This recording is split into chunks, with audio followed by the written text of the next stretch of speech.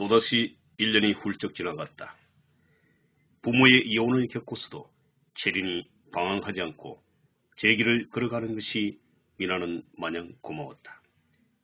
그 나이 또래엔 부모에게 반항하고 어긋난 길을 걸어가는 것을 주변에서 많이 보아왔다. 다행히 부모의 이혼을 이해해주는 체린이 그저 고마울 뿐이었다. 그러나 보이지 않게 아버지의 역할을 자임하는 상민의 도움은 눈물겹도록 고마웠다. 그의 겨울은 유난히 추웠다.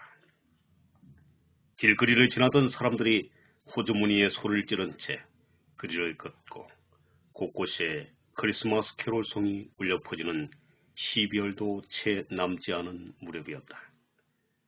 상민과 미나는 아직도 서로에게 마음속으로만 좋은 감정을 가졌을 뿐 누구 하나 나서서 결혼을 하자는 말을 꺼내보지 못했다.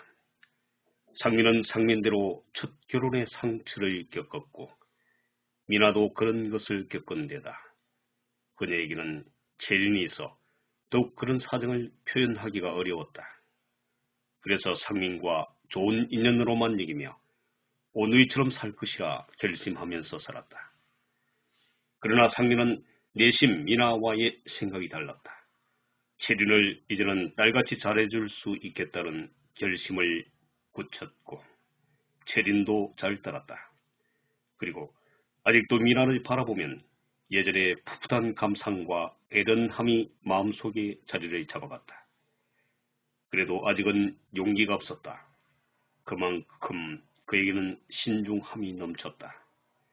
첫사랑에 실패한 미나에게 또다시 그런 아픔이 주어진다면 그때는 재기하지 못하리라는 것을 누구보다도 잘 알았기에 두 사람 사이에 완전한 합의가 도출되었을 때 청혼을 하자는 생각을 가졌다.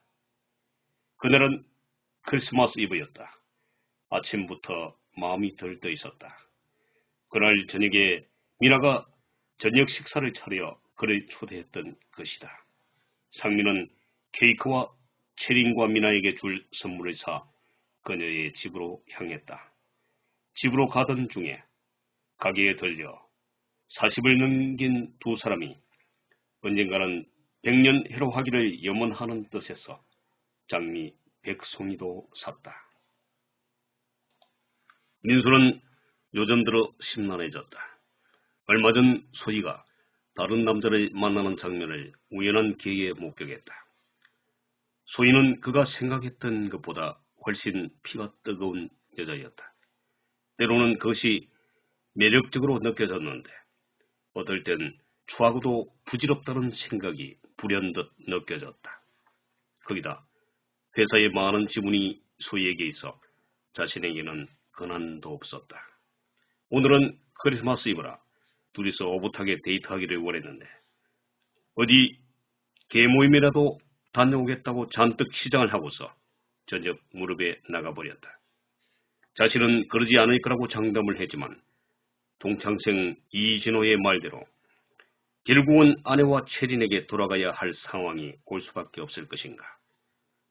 자신이 알고 있는 사람들은 하나같이 그렇게 말을 했다. 남자의 바람은 일시적이고 결국은 가정으로 귀환하게 되어 있다고.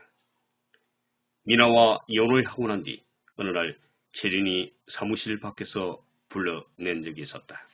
아빠, 난 아빠를 믿어요. 그동안 집안에 걸려있던 신혼여행지 최고의 상을 받았던 부부사진처럼 엄마와 아빠가 제겐 최고의 부모님이 될 거라고 믿어요.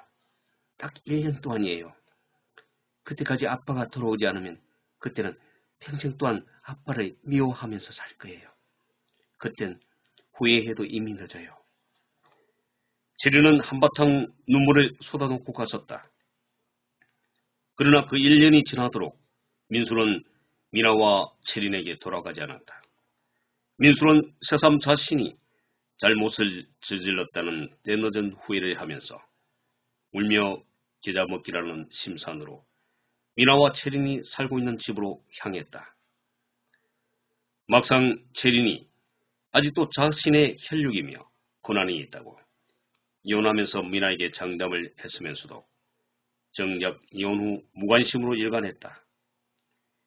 자신이 가진 재산의 대부분을 줬으니 경제적으로는 큰 어려움이 없으니 그만이라는 생각을 가졌고, 그동안 체린을 몇 번 집 밖에서 급하게 불러내어 받지 않으려고 발버둥치는 애를 달래며 용돈을 주고 간 적이 있었다. 집을 향해 가면서 차츰 자신이 한때 오붓하게 살아왔던 지난 날이 회생되어와 마음이 울적해졌다. 그러다 불현듯이 체린의 생일도 챙겨주지 못했다는 생각에 미치자 선물 가게에 들러 체린의 선물을 샀다. 어서 오세요, 아저씨. 상민이 현관으로 들어서자 체린이 반겼다. 옆에 선 미나가 흐뭇한 표정으로 그를 반겼다. 체린은 상민이 건네주는 선물을 받아들고 어린 아이처럼 기뻐했다. 그리고 상민이 들고 온 장미를 자신에게 달라고 해 미나는 눈을 홀겼다. 체린은 장미를 거실에 놓여있는 피아노 위에 올려놓았다. 식사를 하고 많은 대화를 나눴다. 마냥 한 가족처럼 여겨졌다. 상민은 마치 자신이 체린의 아빠이고 옆에 앉은 미나가 마치 아내처럼 여겨졌다. 그때 체린이 일어나 얼마 전에 선물한 피아노 앞에 앉았다. 사실 미나는 잘 몰랐지만 체린은 그동안 많은 생각을 했었다.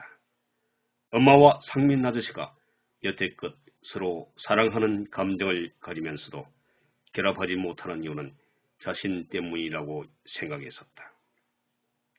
그래서 결혼하자라는 말을 누구도 꺼내지 못한다고 여겼다. 그래서 그 몫은 자신에게 주어졌다고 생각했다. 더구나 아빠와 약속한 1년이라는 세월도 벌써 지나갔다. 언젠가 엄마에게 그 이야기를 했던 적이 있었는데 엄마도 모르긴 해도 그걸 기다리고 있는 눈치였다. 그러나 이제는 돌이킬 수 없다. 오늘은 아저씨와 사랑하는 엄마에게 제가 이 곡을 연주해 드릴게요.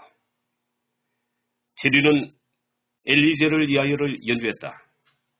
금반을 두드리며 옆 눈길로 살며시 바라보니 어머니의 눈가에 눈물이 조금씩 흘러내리고 있는 것 같다.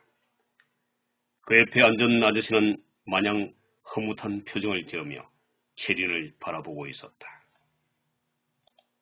민수는 기쁜 마음으로 미나가 살고 있는 아파트 앞에 섰다.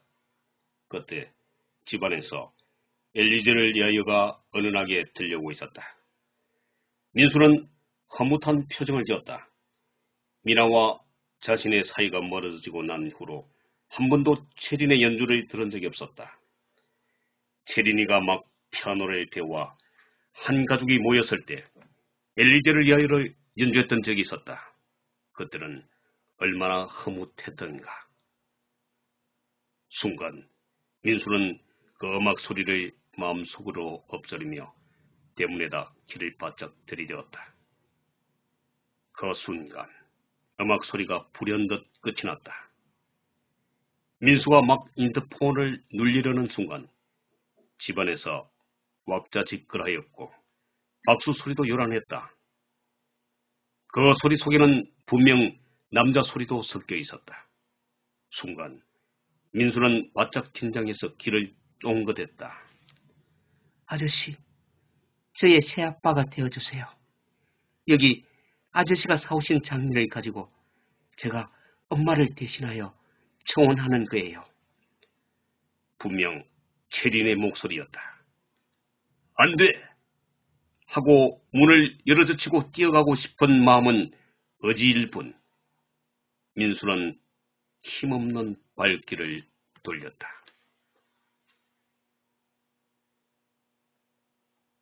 네, 그동안 엘리제를 위하여를 시청해 주신 유친 여러분 정말 감사합니다.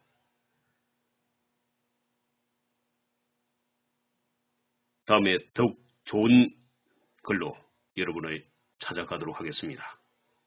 다시 한번 뜨거운 감사를 드립니다.